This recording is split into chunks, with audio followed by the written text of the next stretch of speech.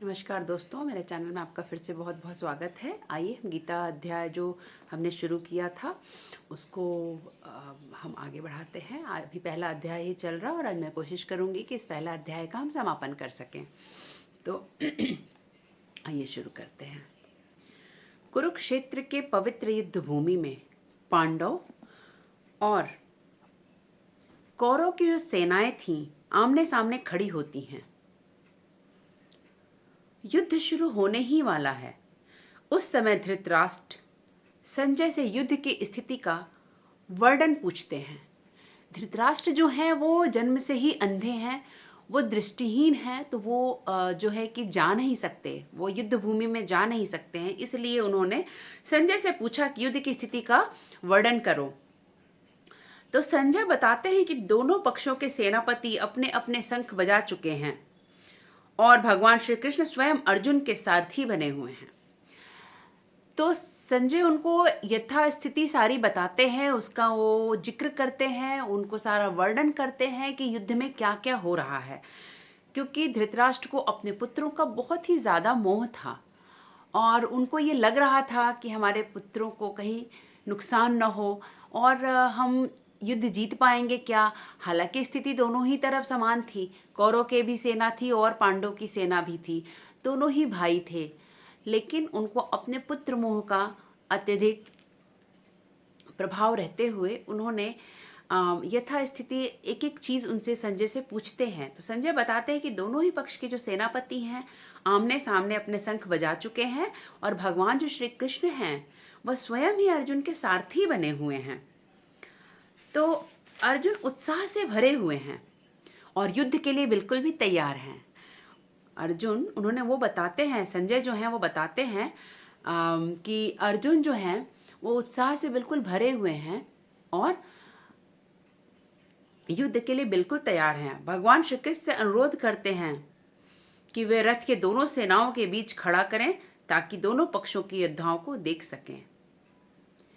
अर्जुन जो है वो उनसे अनुरोध करते हैं कि हे जो कृष्ण जी हैं कि कृष्ण जी आप जो हैं कि बीच में रहें ताकि दोनों ही सेनाओं को आप देख सकें और उनके योद्धाओं को देख सकें, उनकी युद्ध की विद्याओं को, उनकी रणनीतियों को आप देख सकें।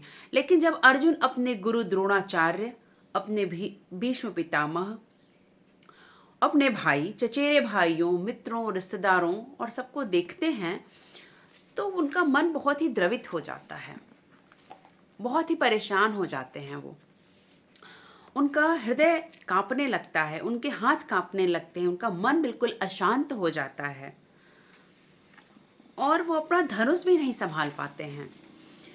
तो कहने का तात्पर्य ये है कि वो बहुत घबरा जाते हैं, बहुत उनको घबराहट होने लगती है। उन्हें ये लगता है कि अपने ही भाइयों के साथ, अपने ही रिश्तेदारों के साथ क्या उनको युद्ध करना पड़ेगा। तो अर्जुन जी जो हैं वो कहते हैं कि श्री कृष्ण से कि मैं अपने ही लोगों को मारकर कैसा सुख प्राप्त करूंगा, मुझे यह युद्ध नहीं चाहिए। अपने ही कुटुंब का नाश कर धर्म की स्थापना करूंगा, कैसे होगा? ये मेरे से कदापि नहीं होगा और ये कदापि उचित भी नहीं है। उनको ऐसा लग रहा था कि ये कदापि उचित भी नहीं है, लेकिन श्री कृष्ण ने यही बताया है, इस गीता के अध्याय में यही बताया गया है कि कर्तव्य ही सबसे प्रथम धर्म है। हमारा जो कर्तव्य है वही सबसे प्रथम धर्म है। तो बहुत ही शोक में डूब जाते हैं जो अर्जुन है, अत्यंत विषाद शोक में डूब जाते हैं और कृष्ण के सामने अपना धनुष बाण रखकर बैठ जाते हैं और कहते हैं कि मैं यह युद्ध करने की स्थिति में नहीं हूँ। मेरा जो अंतर्मन है, मेरा जो हृदय है वो बिल्कुल इस बात के लिए तैयार नहीं है, गवाही नहीं दे रहा है कि मैं इस युद्ध को करूं। तो इस विषाद की अवस्था में ही गीता का दिव्य उपदेश प्रारंभ होता है। जी हाँ दोस्तों, पहले तो हमें ये जानना है कि गीता की उत्पत्ति कैसे हुई है। जब ये युद्ध की स्थिति होती है और जब दोनों तरफ की युद्ध की स्थिति देखकर जब भगवान श्री कृष्ण देखते हैं कि इतना परेशान है अर्जुन, इतने परेशान हैं और अर्जुन बिल्कुल धनुष बाण रखकर श्री कृष्ण के सामने घुटने टेक कर बैठ जाते हैं और बोलते हैं कि मैं ये युद्ध नहीं कर सकता। तभी इस गीता के उपदेश का प्रारंभ होता है। तभी जो भगवान श्री कृष्ण है वो उपदेश देते हैं कि गीता में कि अपने कर्तव्य को ही हमें प्रथम स्थान देना चाहिए। इस अध्याय का मुख्य उद्देश्य ही, मुख्य संदेश ही है कि युद्ध भूमि में अर्जुन का मोह और शोक, रिश्तेदारों के प्रति करुणा और धर्म संग्राम में दुविधा, जीवन के बड़े निर्णयों में मनुष्य का भ्रमित होना, और यही स्थिति गीता के ज्ञान का कारण बनती है। तो दोस्तों, इसमें बस यही बताया गया है कि हमें अपना जो कर्तव्य है उसको हमको सर्वप्रथम रखना है। जैसे अभी महाभारत में तो क्या है कि युद्ध की स्थिति आई और अपने वो दोस्तों को, अपने भाइयों को, अपने रिश्तेदारों को देख के उनका मन द्रवित हो गया। लेकिन हमें अपने कर्तव्य को नहीं छोड़ना चाहिए। कर्तव्य सबसे बड़ा धर्म होता है। कर्तव्य से कभी पीछे नहीं हटना चाहिए। और गीता में यही बताया गया है, गीता के प्रथम अध्याय में यही बताया गया है कि पूरा इसका सार ही यही है कि हमें सामने की जो भी स्थिति है उसको देख के विचलित नहीं होना है और अपने कर्तव्य को प्रथम स्थान देना है।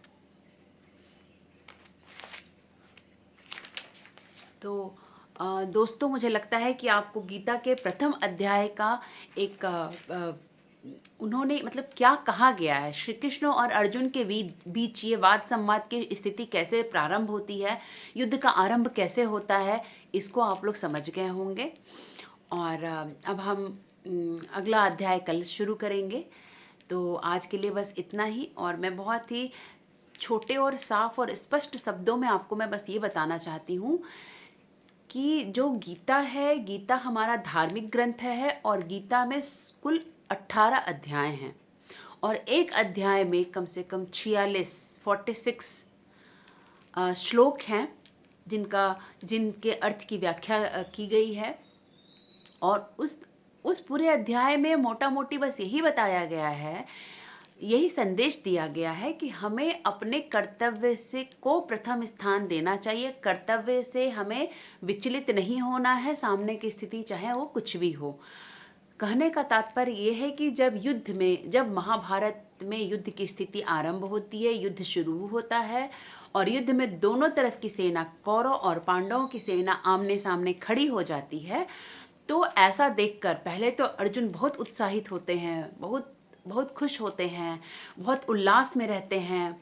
और ऐसा लेकिन देखकर जब वो जाते हैं, देखते हैं कि सभी सामने हमारे भाई, बंधु, सखा, संबंधी, मित्र खड़े हैं, तो उनका मन बहुत द्रवित हो जाता है और वो कहते हैं कि ऐसा युद्ध किस काम का, ऐसा युद्ध जीत कर भी मैं सुख की प्राप्ति नहीं कर सकूंगा।